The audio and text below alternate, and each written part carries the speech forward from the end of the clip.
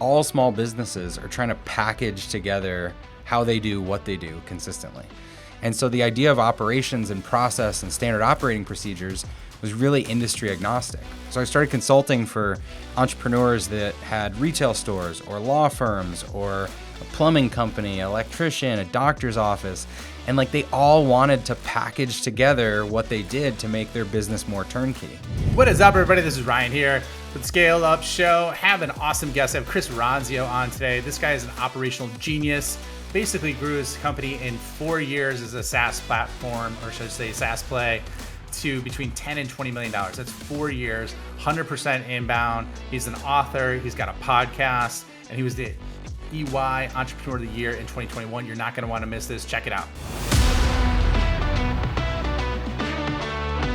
Welcome, everybody, to the Scale Up Show. This is your host, Ryan Staley, and I have a very special guest with me today. I have Chris Ronzio. Chris grew up not too far from me, which is really cool. Is now in AZ.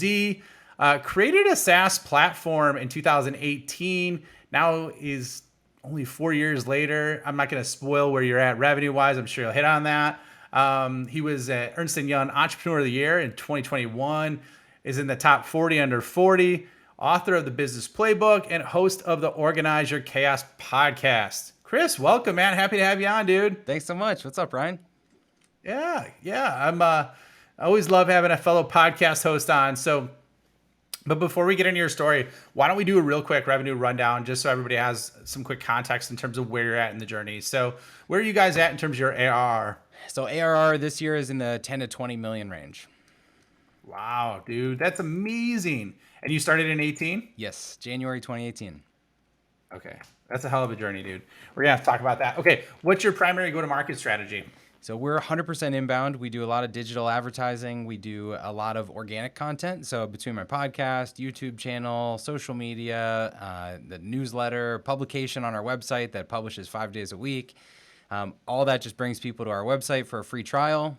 They sign up, and about 25% of them talk to our inbound sales reps.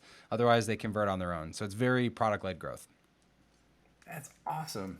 So you're saying 25% of them convert without even talking to anybody? No, 75%. What's that? 75% convert without talking to anybody. And then 25%, I'm sorry, I flipped the numbers. Yeah. 25% need someone to talk to them. Yeah. Okay. Wow, that's fantastic. We're going to have to definitely dig into that. How large is your team? Today we're just about 198 today. Okay. So good team size. And, I know you mentioned that you're funded earlier. So walk us through that exactly and like kind of what round you're in. Yeah, so bootstrapped the first 2 years, did a 6.75 million Series A in end of 2019, and then did a $27 million Series B in June of 2021. That's fantastic. So walk us through your solution then, because I looked at it prior to obviously sitting down with you. It looks like it's doing some really cool things. So I'd just love to hear. Yeah, so we say it's a business playbook, but it's really your modern training manual. That's where the name Trainual came from, is just a training manual. So when you think every business kind of has their story, their history, their foundational values and mission and vision, all the things you teach someone when you're onboarding them, your orientation. And then you've got your people, the who's who of your business, who does what, your teams, your departments. You've got your policies, which is like your handbook, and then you've got your processes or your SOPs. And so those four things combined are kind of like the DNA for your business. And our product helps you document all that, get it written down, videos, slides, interactive media, quizzes, and then make sure that your people get up to speed on your business and stay there. So I love that, man. And obviously you're doing something right to have those kind of growth numbers. So walk us through just kind of your journey, because I love your journey on the way here, and would love for people to have some context in terms of how you go from, 2018 to that between 10 to 20 million ARR range in 4 years. Yeah, it sounds like a fast story, but the story starts a lot earlier than that. So it was really in my first business, this video production company I started in high school, that I started learning about how businesses work. And so I was running this business in high school. I was employing a lot of my friends. We would show up to youth sporting events and film them and sell copies to parents and coaches and scouts. And so that was the business, pretty simple. When I went to college, I couldn't film the events anymore. And so I started having to hire freelance crews and give them instructions on how to show up and set up and where to send the videos when they were done and, how I wanted things to look. And so slowly, little by little, I was training people. I was teaching them my way of doing this. And so that business grew. We ended up with 3 offices across the US, over 300 camera operators, and we were doing events in all 50 states, multiple events on the same days. And the whole business became like a logistics company. It was, how do we give instructions to hundreds of people that we've never even met in person and make sure that they show up and perform the work, the services in a way that was predictable for our customers, so that if they were buying a video in Orlando or Chicago or Los Angeles or Boston, they would get the same kind of quality. And so that became my focus, was like the operations, the systems, the training, the process. And we were developing really a muscle for that. And so when I sold the company, that was my passion, was process and operations. And I started consulting for other small businesses because I realized that even though my background was in video, all small businesses are trying to package together how they do what they do consistently. And so the idea of operations and process and standard operating procedures was really industry agnostic. So I started consulting for entrepreneurs that had retail stores or law firms or a plumbing company, an electrician, a doctor's office. And like they all wanted to package together what they did to make their business more turnkey. And so through the consulting, the services, I saw there was this need for a product. I wish there was something that my business didn't have. I was packaging together, Google Docs and YouTube videos, and I thought there should be a product for this. And so that's where Trainual came from. Oh, okay.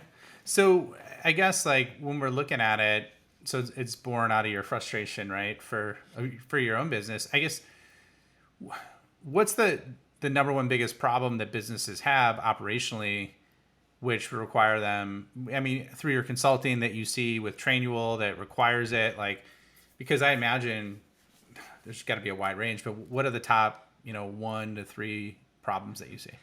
Predictability and consistency. When you grow the business, you have this first, the issue is your bandwidth. If it's just one person trying to do everything, you have a bandwidth problem. Then you have a delegation problem because you're trying to take things off your plate, but maybe you're not giving them good instructions. And then once you have the resources to bring other people in, your problem becomes consistency. How do you develop a process so that your customer gets the same product or service every time and doesn't get a variance in results based on the person that they're working with? It's kind of like we all sort of want to run a business that could be a franchise, the old E-Myth thing, like a franchise prototype. And that's the biggest challenge for most business owners, is actually getting the way they do what they do written down and codified so that they can share it with other people. And so that's what we try to unlock. We try to make that really easy so that you can outline your whole business, the structure of your business, your people, and then the way you do what you do, so that you can bring more, employees on that do things that way. And that's how you really scale. Okay. So bandwidth, delegation, and then consistency of experience is kind of what I'm hearing you say. Well, predictability and consistency, bandwidth, delegation, and then consistency, right? That's the core 4. Yeah, it sounds like a lot of buzzwords, but yeah, that's what I said. Well, you were a consultant, man. What do you expect? You're going to have some kind of buzzwords, right? We're not going to knock you for that. First of all, like I could see that, right?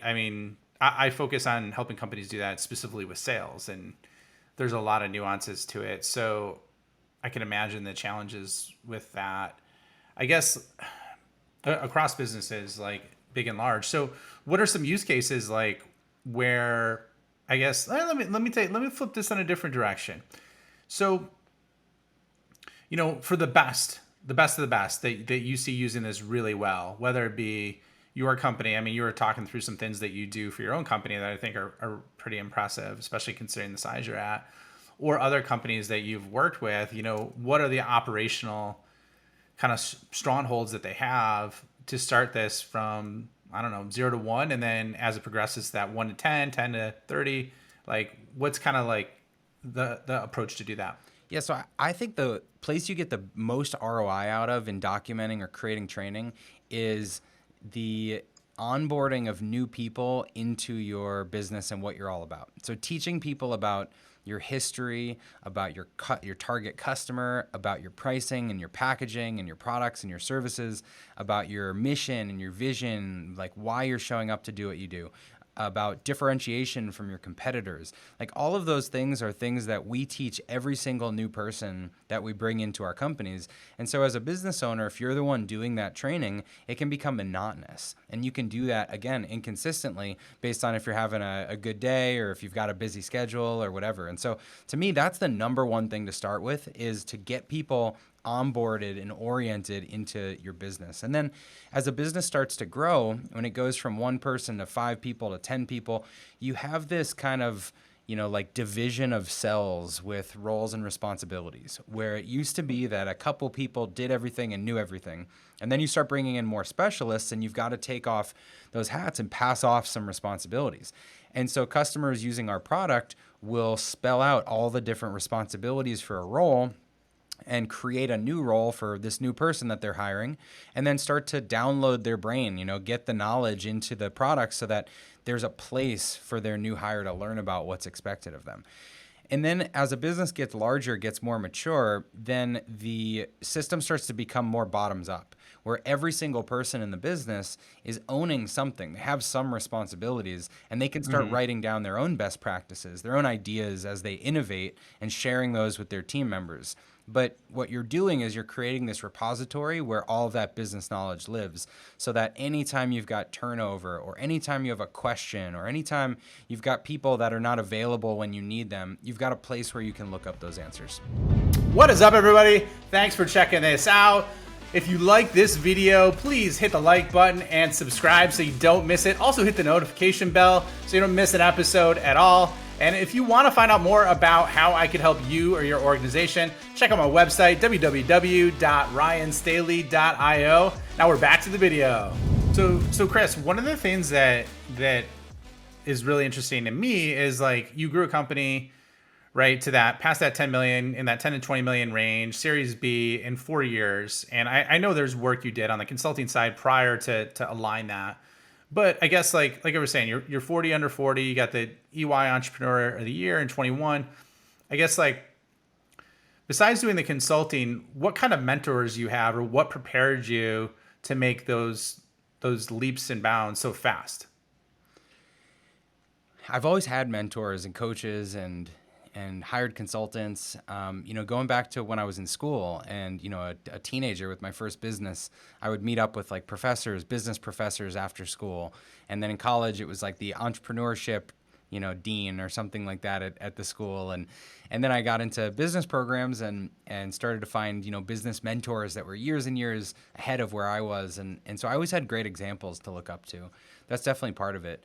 But my mindset has always been to just make incremental progress. And so year over year, when I was building a business as a teenager, it was like massive to hit, 50K in revenue or 100K in revenue, and then it was massive to like have a full-time employee and then like a few full-time employees. And so I think it's just these incremental improvements. It took me like 10 years to get to $1 million in revenue. But, once I figured that out, then the next business, it took like 2 years. And then the next business took like 11 months. And then, and I think it gets easier the more you do it. So it may seem like really fast progress in the newest company, but I think it's because of what I've learned along the way. Yeah. I mean, that's a really solid answer, man. Yeah. Because it takes you 10 years to get to $1 million. And then it took you basically 4 years to get to, between 10 and 20 million. That's pretty good progress that you made there. So congrats, man, on your success. You got to be proud of what you've accomplished already. So congrats, man. Thank you. So how do you create, like, let's talk about, kind of your ninja skill or what you've done to facilitate the growth that you've had. So what would you say is the number one single biggest reason that you've been able to grow that fast at that level? That's a interesting way to phrase it, I guess. I think my ninja skill is organizing chaos. That was actually the name. Organized Chaos was the name of my consulting firm. It's the name of my podcast. And what that means to me is taking a lot of crazy inputs, a lot of stuff that's just flying at you, and being able to compartmentalize and prioritize and decide what to focus on to execute. And so that's, I think, been the secret to being able to grow really quickly is a very meticulous process for strategic planning, for understanding what are all the opportunities we have in the business, where are we trying to get to by the end of this year, and what do we have to do this week, this month, this quarter, this year to be able to march toward that goal. That's what I think I do really well. So let's walk through like what's your framework then? Because that, like literally, I asked what's the most challenging thing to a 4-time founder that I just had on earlier today, and he said, the most two single most important things are focus and prioritization. So like, what's your mental framework for going through that? Because obviously, if it's a ninja skill, you help people with Trainual with it. It can be highly, highly valuable to anybody listening. Yeah, so when I was consulting, I used this 3-step framework. It was context, chaos, clarity. And so context, I literally had this 3 to 5 day workshop that I would do with customers. Context is the first piece, and that's all about understanding where you're trying to get to. What are your goals? Where are you going with this business? And what is your reality today? And so what I would do in walking clients through this is I would ask them to describe their business in 10 years. Or if they didn't think they'd be doing their business in 10 years, then 5 years. And we would talk through revenue, number of employees, number of customers, number of locations, average sale price, what products and services are they selling, what kind of house do they live in, what is their family situation like, where geographically do they live, what else has changed in their life. And so that simple exercise of just knowing 5 or 10 years out, what are you trying to get out of this business is so helpful for everything that comes after that. And so for businesses that are doing this more practically in a strategic planning sense, you may have a vision or a mission or some milestone that's 3 or 5 years out. Maybe you're trying to sell the business. Maybe you're trying to achieve a certain valuation. Maybe there's a revenue target that you're trying to get to. Maybe it's a certain amount of profit that your business can spit off that generates the lifestyle that you're looking for. But whatever it is, you've got some sort of North Star metric that's out in the distance. And that's the first piece. That's your context. Then the next piece is the chaos. And this is where we spend the most time, because chaos in business, I believe, is a great thing. If your business doesn't have chaos, it means that you're probably not having an abundant kind of opportunity. You don't have enough to do if you're not producing chaos. And so chaos in a business can be, the problems, the inefficiencies in your business, the issues that your employees have, complaints, bad customer reviews, anything that's negative in the business. It can be the positive things that you wish you had time to act on, ideas, opportunities, partnerships, product extensions, whatever it is. And then it can be the things that just need improvement. We're really slow at this, or this takes too long, or I wish we did this better. And all of that stuff could be hundreds or thousands of things. And so when I worked with clients, I would do confidential interviews with all of their employees. I'd sit down and do these 30-minute interviews. Or if they had more than 50 or so employees, I would do it in a survey kind of format where I would just collect all this data. And I would get inundated again, collecting all of this chaos for everybody. And so again, in the strategic planning sense, when you're doing this, it's collecting these kind of suggestions from your teams and your leaders and saying, we can only do so many things this year or this quarter. What are all your best ideas that you want to put on the table for discussion? And so you go through the process of just fielding those ideas from all of your people and getting everyone involved in that process. And so now you've got a ton of chaos. And then the last piece is clarity. And so clarity is about prioritization and saying no to a bunch of stuff so you can say yes to a few things. And so again, when I was doing this with clients and my own company, what we do is start to cluster together the issues and opportunities and inefficiencies and look for themes.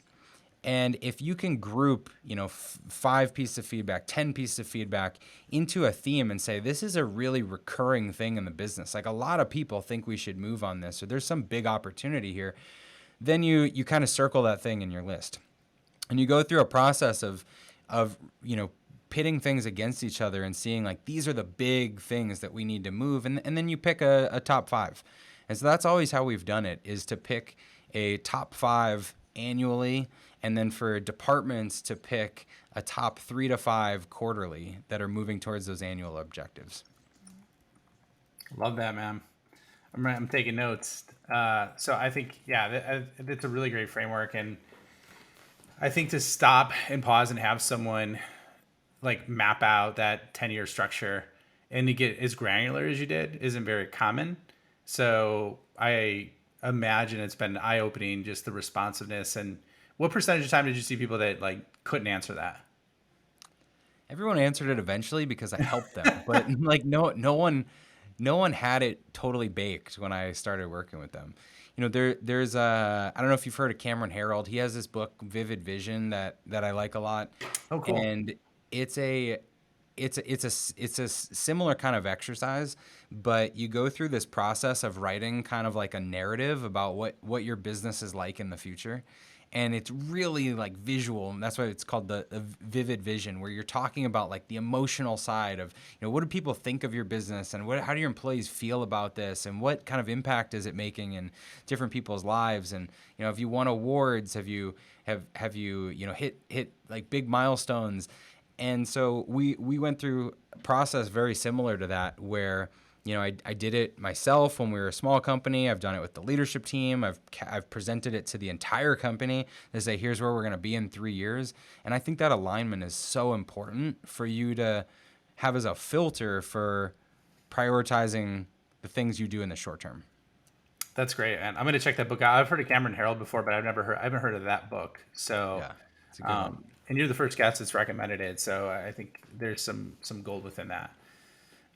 So, okay. Cool. So here's the thing, Chris. So the other thing that I had a question for with your growth, and I love that. I mean, what you just walked through was absolute gold. So how do you create revenue growth through 100% inbound motion? Like walk us through that, because that is rare. And it's creating explosive growth. So just love to hear how you materialize that. Yeah, so I like marketing. I like being a consumer. I like being a buyer. I like seeing an ad and thinking, oh, that's really cool. Let me go look into that thing. And then let me like tinker with it in the store, in the Apple store. And then now I want to buy it. I've always been like that. And so I always thought, it would be easier to make our product so good and so compelling that people just want it and they're leaning in, rather than us have to reach out and sell them on it. There is a lot of right ways to do sales, and I'm sure you have incredible experience on this, more so than me. But then there's a lot of wrong ways to do sales. You think about walking on the street and people like kind of yelling at you, trying to bring you into the store, and it's disruptive, right? Like you weren't there. But now think of like walking down the street and seeing this beautiful shining building with like lights coming off the ceiling, and like everybody's lining up at the door, and you're like, what is that place? I want to check that out. That it's a lot different experience. And so when we were building Trainual, we sought out we knew this was going to be like a mass market, a very horizontal play. So we wanted to make it something that was just attractive to a lot of people, that they would lean in and be like, what is this? I'm interested. I want to learn more. And so, it starts with creative marketing kind of content, and a lot of educational content. And so on the creative side, we have done a lot of like celebrity partnerships. We've brought in people from Shark Tank and from the TV show The Office, and we kind of play on business situations and office situations to make people feel like, oh yeah, that's happened in my business. I get it. And then there's a little bit of, a authority building or social proof by saying, we have like thousands of companies around the world that are doing this thing, and they've found a better way to do this. So you should too. You should be interested too. And all of that creative advertising is to get people to our website, just to get them to know we exist. And then once they're on our website, it shifts to being entirely about being helpful. How do we be the most helpful resource for small businesses, growing businesses that are trying to systematize what they do as they scale? And so we have a publication called The Manual that we publish 5 days a week and have almost 100,000 readers on that. We have my podcast that publishes 5 days a week and is helpful content. We have webinars that our team does on all different topics of how we're running our business. So not just selling to customers, but like this is a problem we figured out last week, or we're going through our health insurance renewals and wanted to just share like internal conversations we're having and how we're thinking about it in case you're going through that too. And so all of that educational content about like how to operate a business starts to build trust with the consumer. And so the creativity pulls them in, the education builds trust. And then when they get to a point where they're like, I have a training problem, or I actually need to document how we do things, we're the one that's top of mind that they pick. Yeah, that's like brilliant strategy. Yeah, and I saw that on your website. Yeah, the little Gary V, or maybe it was one of your websites, but Gary V was on there, and you had that, and yeah, I mean, did you ever have Dwight Schrute on for The Office? Did you ever leverage him at all? We've not had Dwight. We've had Stanley and Meredith and Kevin and who else? You're Like an not quite at the author. Dwight Schrute money. I get it. You got to No, be no. like 9 figures to afford Dwight Schrute, I Yeah. imagine. Right? We were trying to do something with Steve Carell for a while. But it was like right during COVID, and then it fell through because no one was traveling.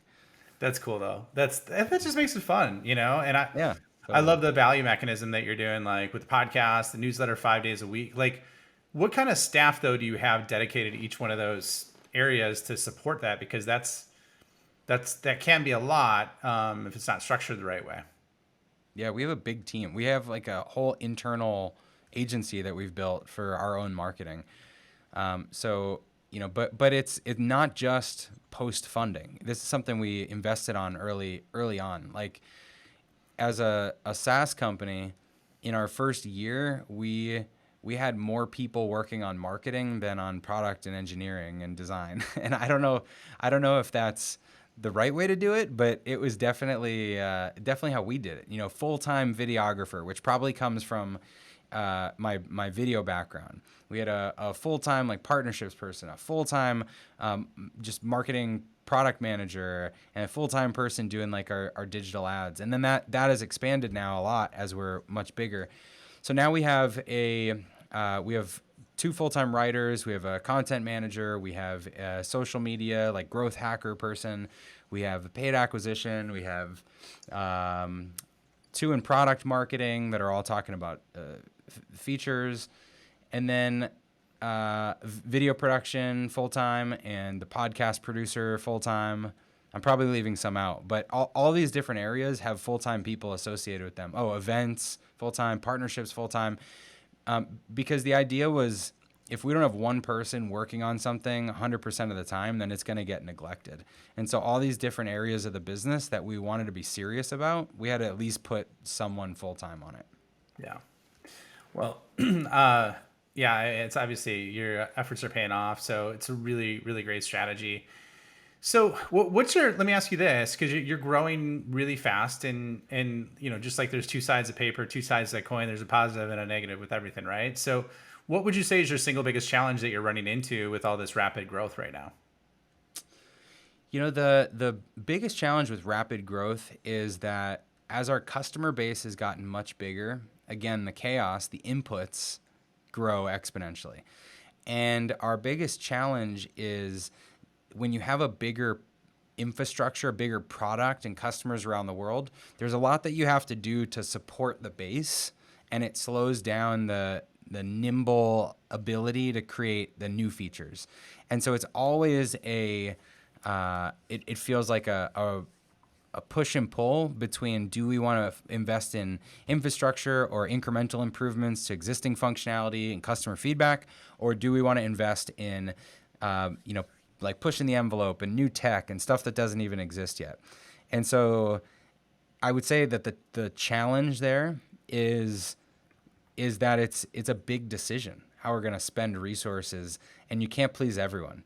If you put 100% of resources on the new stuff, it might be really great for new customers, but then your existing ones are complaining about things that don't get fixed.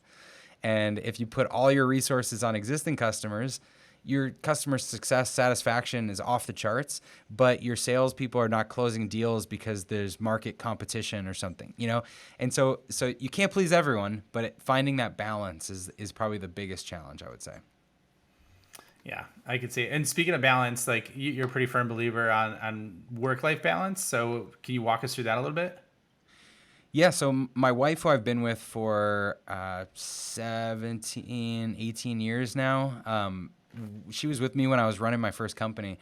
And when I didn't know anything about work-life balance at that time. And so I remember we had this moment where she was over, I was working until, way after midnight, answering emails, editing videos, doing what I was doing. And she came into my home office and she said, I'm sick of this. And I was like, you're sick of what? Like, you just go put on a movie or something. and she was like, no, I'm not going to be your second priority. And I'm out of here. If you can't like make time for me when I'm here, I'm out of here. And so it was a real like rude awakening for me that I was all in on the business. I was working crazy hours. I had no boundaries. And the people around me relationships were suffering as a result. And so after that, I made a really conscious effort to just set working hours. And when we moved in together, eventually got married, she just made it so that like when she got home from work, I was working at home at the time. I had to close the bedroom door, turn off the computer, leave my phone in the room, and that was the end of that. And so it was really fortunate that I developed that behavior and that she helped me see that, because now with kids, it's so helpful to have a really firm schedule, to be able to like spend time with the kids in the morning, have breakfast, take them to school, play with them, whatever, have vacations, not worry about, checking in on Slack or email. That's now become ingrained in the culture of Trainual, but I know it's really hard for a lot of entrepreneurs. I think the soonest you can set those boundaries, the easier it gets. So like how many hours a week do you work? How much vacation do you take a year? Hours a week is like 42 to 44. I won't say it's exactly 40, but it's pretty close. We use this system called Time Tackle. I'm giving just a random shout out to them. My assistant tags everything on my calendar to see where I'm spending my time, and we look at that on a monthly and a quarterly basis to know exactly where my time's going. So that's been really helpful.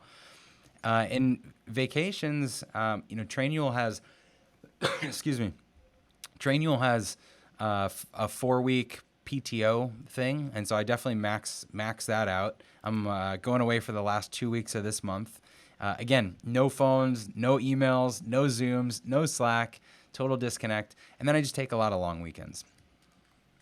Good for you, man. Yeah, that was one of the moments. The same thing happened in my life. It wasn't. It was just my relationships were starting to suffer because I was working so much and I was traveling so much, and I had to stop and reset everything and did leave the cell phone upstairs when you go down for dinner. Don't bring the computer down, and it's a good reminder because it's something I got away with, once I started my company, especially during COVID, because it's all blurred together and there's no separate workspace. So I think it's really awesome that you created those like bright lines that you can't pass, and boundaries. Yeah, one thing that's been like a really cool hack. So I realized when I would leave my phone, I would be out with my kids and they want to like order food, and then I can't look up the restaurant or find the menu or something. And so I actually bought a second phone. It's still like an iPhone, but it's like the cheapest one you can get. And I don't have any of the work apps on there, and it's a different phone number, and it like doesn't have any of my contacts other than like my wife and my chief of staff have the phone number.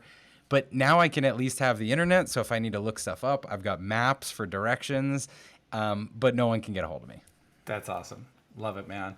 Well, it was a pleasure having you on the episode. I really enjoyed it. It was great hearing your story. You dropped some great information too. I love how operationally minded you are. Very unique. You're one of the, I guess, most interesting guests from that perspective. Just I haven't had a lot of folks that have that ops mind that you do. So thanks for being on the show, man. And before we jump, can you let people know where they could find out more about you, where they could find out more about Trainual if they want to check into it and check it out?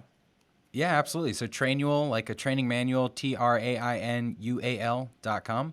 And you can find me, Chris Ronzio, on Instagram, and LinkedIn is where I hang out most. Or you can check out all of our videos on YouTube and my podcast, Organized Chaos. Awesome. All right. Thanks, Chris. We'll see y'all on the next episode. Thanks, Ryan.